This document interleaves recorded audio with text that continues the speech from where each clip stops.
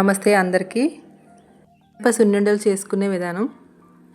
నేతి సున్నుండలకి ముందుగా నెయ్యి అయితే కాసుకుంటున్నాను. తక్కువ నెయ్యితోని ఎలా చేసుకోవాలో బెల్లం నేతి సున్నుండలు చూద్దాం ఇప్పుడు.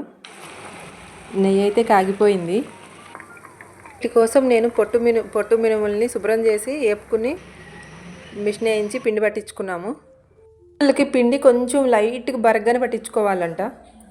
మెత్తగా పట్టించుకుంటే తినేటప్పుడు వీలుగా ఉండదు. ఇలా బరక పట్టించుకోవడం వల్ల ఈజీగా తినగలం. కిలోకి 1/2 కిలో బెల్లం, కొంచెం యాలకుల పొడి వేసుకున్నాను. తిట్టి కొంచెం ఇంకా ఎక్కువ వేసుకోవచ్చు, కొలత ఏమి ఉండదు. మీ టేస్ట్కి తగ్గట్టు వేసుకుని చూసి బెల్లం అంతా కలిసేలాగా చేసుకోవాలి.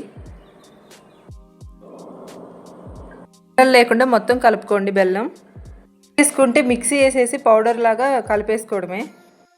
నెయ్యి అయితే చిక్కగా ఉండకూడదు, అలా ఆయిల్గానే ఉండాలి. గోరువెచ్చగా ఉంటే కొంచెం ఎక్కువ కలుస్తుంది పిండి. బెల్లంలో కూడా ఒక లైట్గా చెమ్మ ఉంటుంది కాబట్టి నెయ్యి ఎక్కువేం పట్టదు. కొంచెం కొంచెం నెయ్యి వేసుకుంటూ సరిపోని చూసుకుని ఉండలు చుట్టేసుకోవాలి.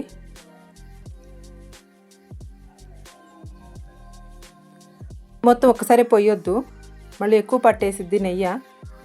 అలా ఉండలు చేసుకుంటూ కొంచెం కొంచెం పోసుకుంటూ లడ్డులాగా చుట్టుకోవాలి. ఈ లడ్డులో ఏమో కానీ మక్క మధ్యలో ఫోన్ చేసేస్తుంది.